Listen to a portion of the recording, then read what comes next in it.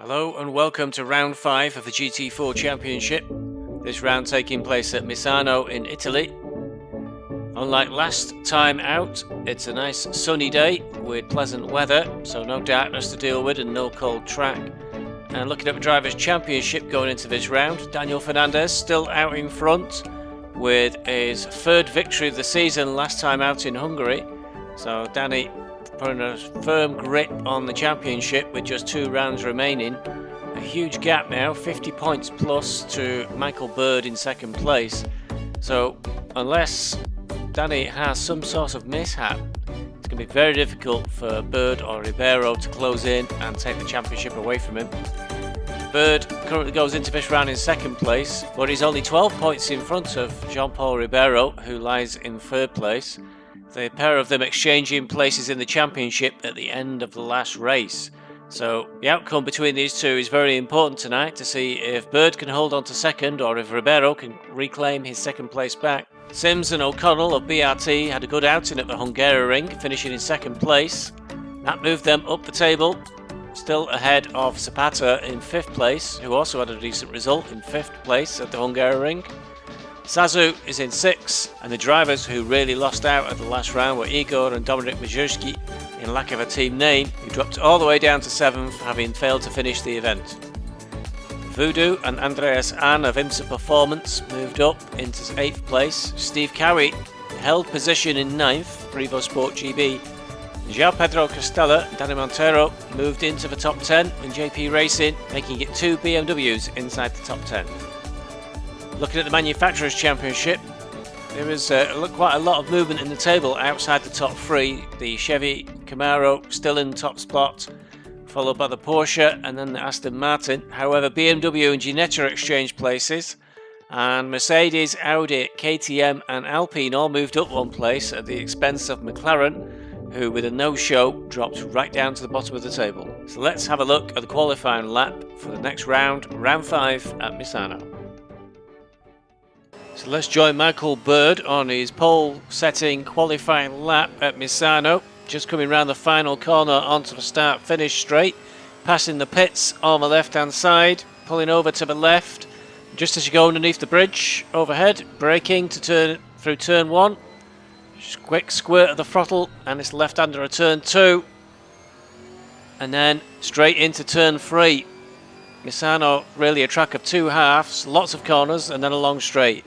Braking hard now for turn 4, Rio, and a square hairpin coming back on himself, straight into the left-hander of turn 6, and it's the first of the medium length straights, slight kink down the middle of the straight as you go under the bridge that counts as turn 7, and then over to the right-hand side and braking hard for the hairpin bend of turn 8.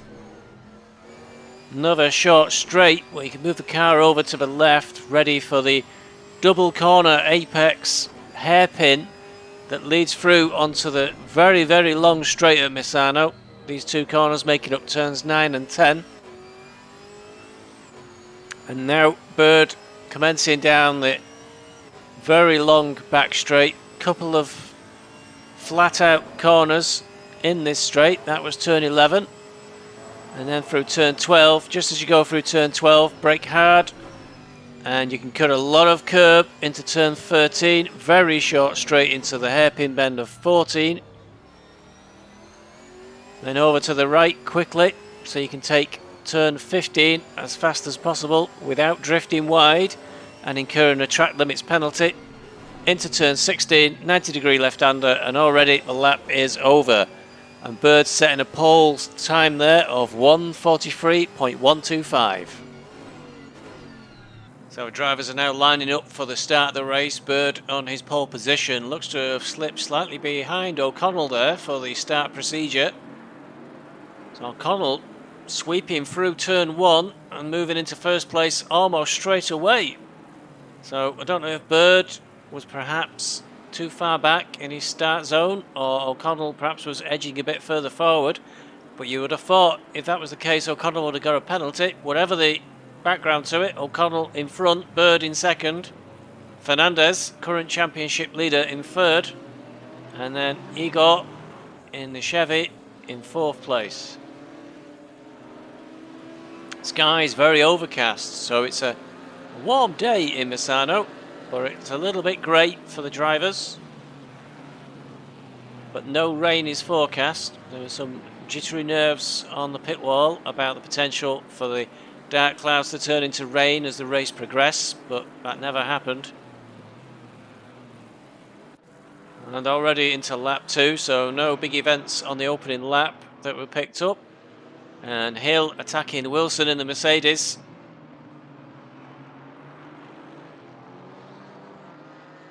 Cars on either side of Wilson there. The Porsche of Martinez on one side and Hill on the other. I'm not sure Hill is going to get through. Auto Highlights has been having a few moments of late. I don't know if ACC have updated it somehow. But lap 4, Zazu going very slowly there. Being passed by Husjak in the Audi.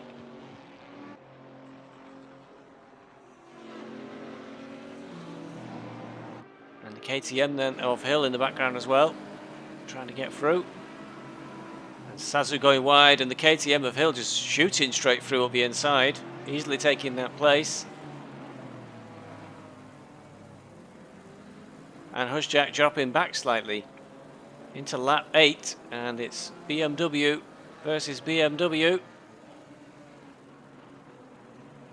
Pedro Motor attacking Castella.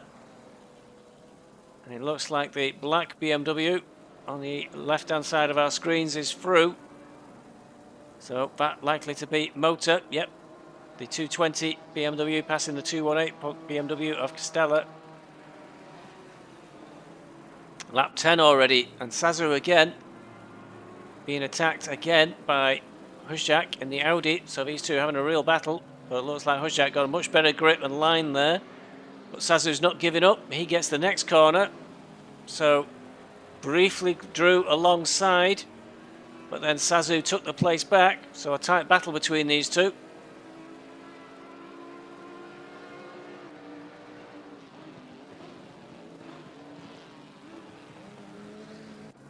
Lap 11, and Martinez in the Porsche, currently shown in front of Zapata, but Zapata's coming through.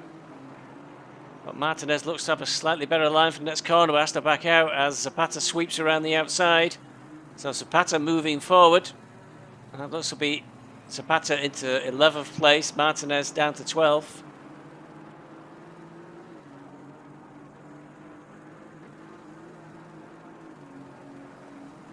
It's lap 14 now, and Zapata is closing in on Wilson in the Mercedes. Looks like they're in the hairpin bends, turn 9 and 10. The bottom of the long straight.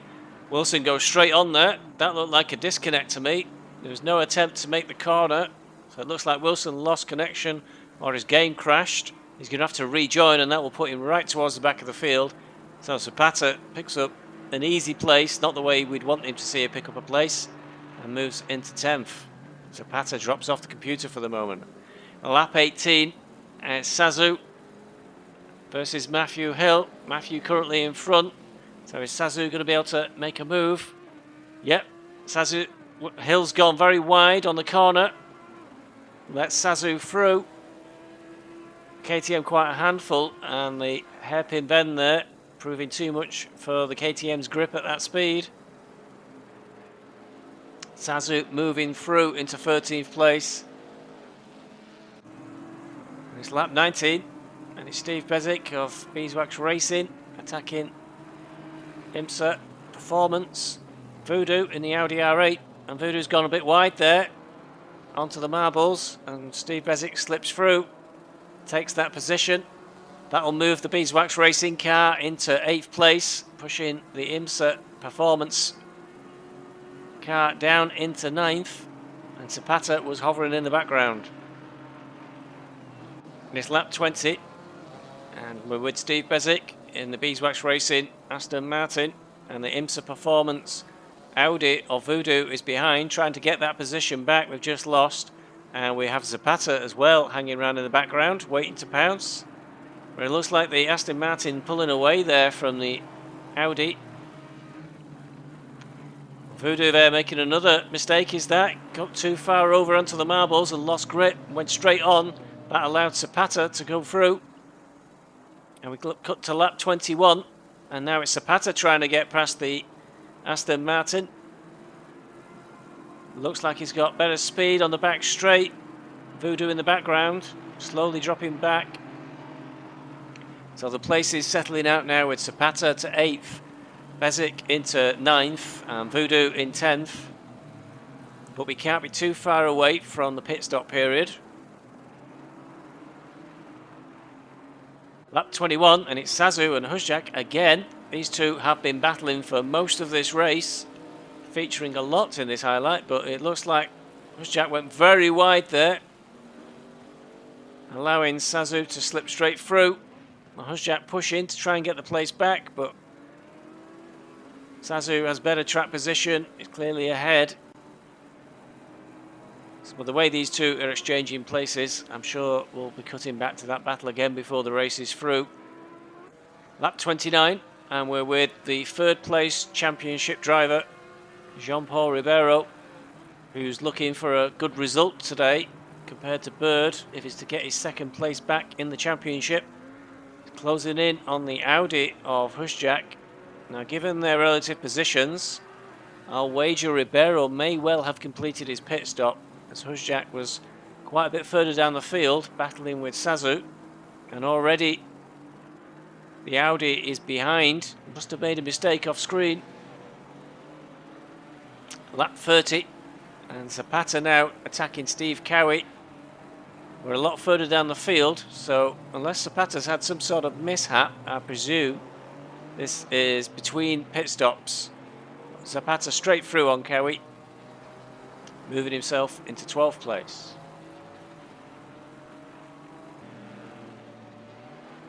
And we're on lap 31, and Zapata's still a long way down the field, so does indicate that something went awry. Cowie coming back at Zapata. They're side by side. Ginetta just in front there. I think that'll be a car a lap up, I would imagine. And these two battling and battling. Zapata eventually getting back through again. And lap 31, it's Igor in the Chevy versus Sims of BRT in the Ginetta. And Igor, the Chevy, a very powerful car in GT4, as we've seen throughout this championship. And Igor just seems to just power past the Ginetta there, drive away. I think if there's another GT4 season, a lot of drivers will be looking at the Chevy and evaluating it, whether it suits them. It clearly seems very strong in this championship.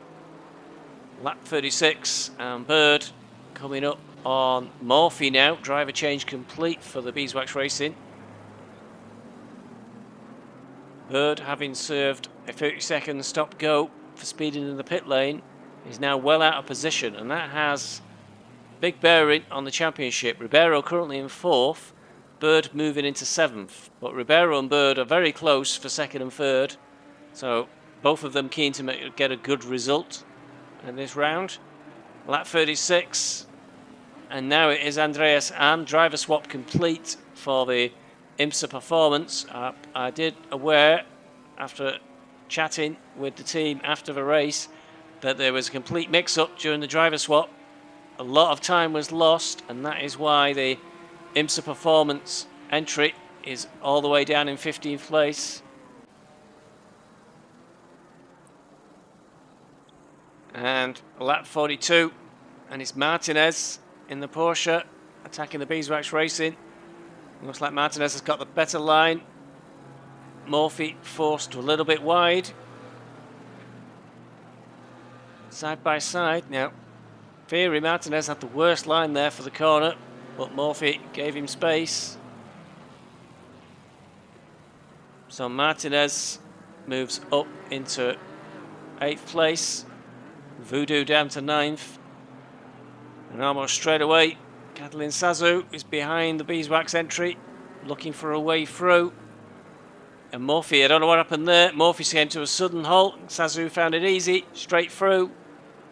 A big gap opened up straight away, owing to the Beeswax entry just seeming to stop. on the corner. So 2 places lost in quick succession, putting the Aston Martin down into 10th place, lap 43. And it's Andreas An trying to make a recovery drive after the mix-up in the pits, passing Morrison in the Mercedes. Has he done it? Has he made Morrison commit and go wide? I think he has. Morrison swung too wide, lost a lot of momentum, and it's a bit of a drag race down the back straight, but it looks like the Audi has got the better track position and the better speed, pulls in front, and should be in front all the way to the hairpin at the end. Lap 49. It's Martinez versus Zazu. These two having just passed the Beeswax Racing entry, now trying to challenge each other. It looks like Martinez is going to hold on to that position, keeping the Chevy Camaro behind.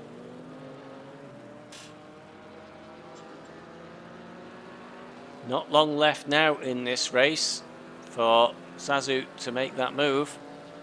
And just as we say that, we're coming up to the race finish. We're with Fernandez, another victory. That makes 4 on the trot. 4 victories and 1 second place. Complete domination of the Tier 2 Championship for GT4 in the first season for Danny Fernandez. Surely the championship is his as long as he doesn't miss the final round.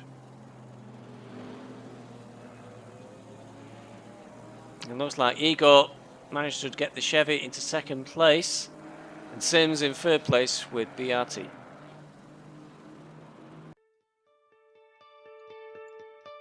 Let's have a look at the official results for round 5 at Misano. As we just saw, Daniel Fernandez crossed the line in 1st place for winning Run GP, taking maximum points to increase his lead in the Drivers' Championship. Igor 55 carried the lack of a team name Chevy across in 2nd place, and Tom O'Connell, Phil Sims of BRT finished in 3rd.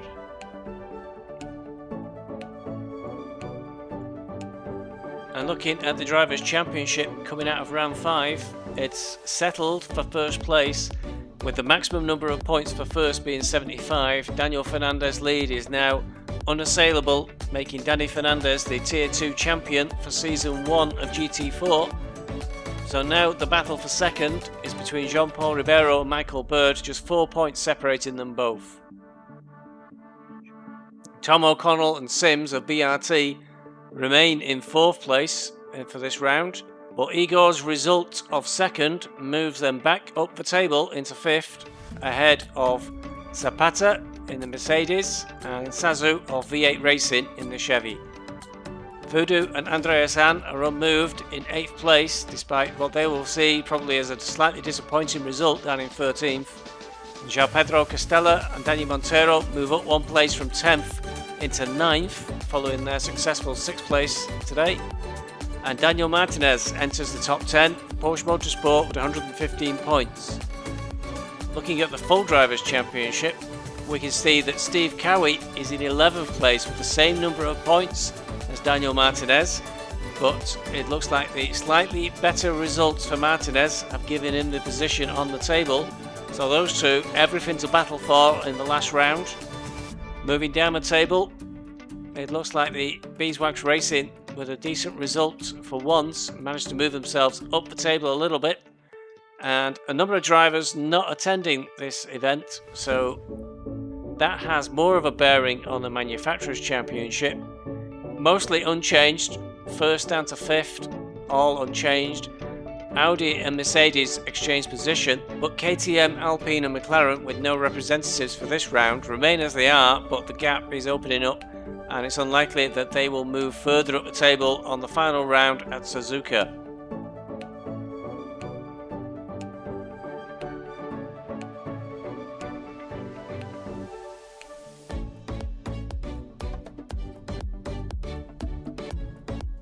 So looking forward to next week's round, the final round of the GT4 Championship, taking place on Friday the 25th of September, with qualifying commencing at 8 o'clock British time, followed immediately by the main race. Hopefully we'll see you then to see the final round completed of the first GT4 Championship hosted by Apex Online Racing. Thanks for watching.